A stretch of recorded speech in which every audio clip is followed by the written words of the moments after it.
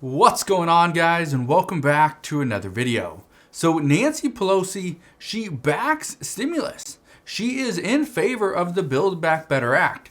We got more updates on the stimulus package. I want to dive into the child tax credits and how one senator really wants to bring these back, and also address how the US could be headed back to normal. So things are changing, and I want to address what is going on right now. First off, thank you guys for watching. Hopefully you've had a wonderful day so far, but let's get into the update. So here's what I can tell you. Even though Senator Joe Manchin stated that the Build Back Better Act is pretty much dead, Nancy Pelosi has stated that no, she's not going to give up on President Biden's economic agenda. And she said, "I'm never giving up on Build Back Better." She also went on to say that programs like the child tax credit payments are really important, and they must be secured along with other parts of the social and climate spending package. And she goes into talking about universal pre-K, climate, other things as well, healthcare. But what she said is this: we must get something done. Keyword, something. Now, she also goes on to say there are plenty of things in there that I think we can find common ground on. Here's what she's really saying. We need to pass anything. Just pass something. And it's not just Nancy Pelosi that's saying that. This is what's coming from other lawmakers as well, mainly Democrats, that we have to pass something. We can't afford to waste the rest of 2022 by waiting. We got to pass something. And again, Nancy Pelosi, she talked about universal pre-K, expanding healthcare, right? She mentioned different things, but that's the key, is passing something. Now, she is still for another bill. She's not done fighting for it, but more moderate Democrats, they're not really eager to get anything done. They're not really wanting to pass something. If it's going to help out the economy, then yes. If it's going to provide more stability to the economy, then yes. You notice how I didn't say the American people? There's a reason why. If we just focus on the American people, according to moderate Democrats, then the economy could be hurt. If we focus on the economy, the American people will reap the rewards and benefits, at least according to moderates. All right? So again, that's not me that's saying that. That is according to more moderate Democrats. Now, here's another person that really wants to get more done. Senator Michael Bennet, he's a Democrat. He has been wanting to provide or pass a bill that include an extension of the child tax credit payments. He said, and he told Axios just recently, that he's open to lowering the income limit for a full payment down from the $150,000 for families and $90,000 for individuals. He's open to this. However, he doesn't want to include a work requirement along with this. And here's one problem. Senator Joe Manchin, as of right now, is nowhere near those numbers. Those are the previous numbers that we had when the expanded child tax credit payments were passed back in 2020 or early part of 2021, whatever, right? But what you need to keep in mind is that right now, one report, this came out, I believe it was like a week or 2 weeks ago, it was reporting that Senator Joe Manchin was closer to about $60,000 to $80,000 for families and $30,000 to $40,000 for individuals. But Senator Joe Manchin came out even after that, and he expressed that he would prioritize people that make less than $75,000. Now, he didn't say a person making less than $75,000. He said people, which would normally mean a family or a couple.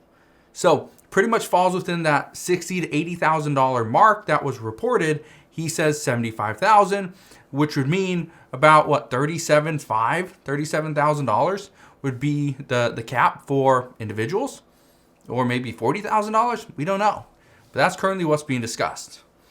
Now, here's the problem. This also goes back to what President Biden promised, that nobody making less than $400,000 per year would pay a penny more in taxes. Now, even though taking away an increase, a 1 year child tax credit increase, isn't necessarily a paying more in taxes.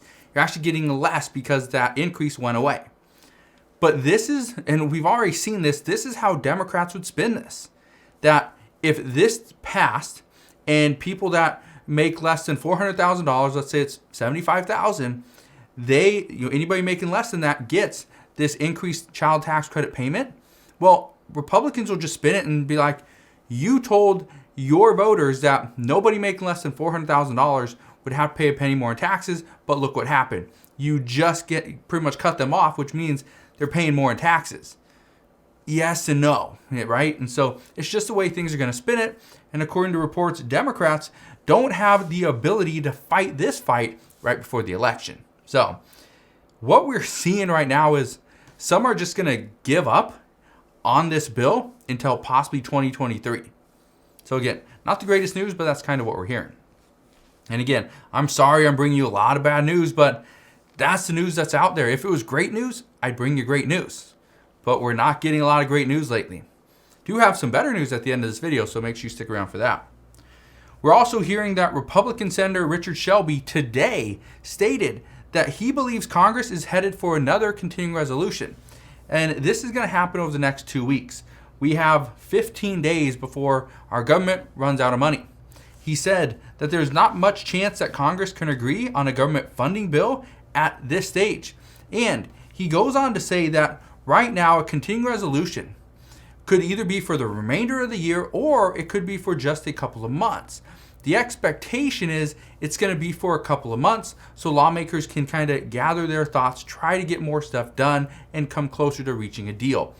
Now, if they can't reach a deal or they know that there is absolutely no way they're going to reach a bipartisan agreement, then we're going to see a CR for the rest of the year, which is not going to be great news for Democrats because then President Biden pretty much had no say in what happened for this year because they're still going off of fiscal year 2021 numbers. So a little bit of an issue there, but that is what's going on as of this morning.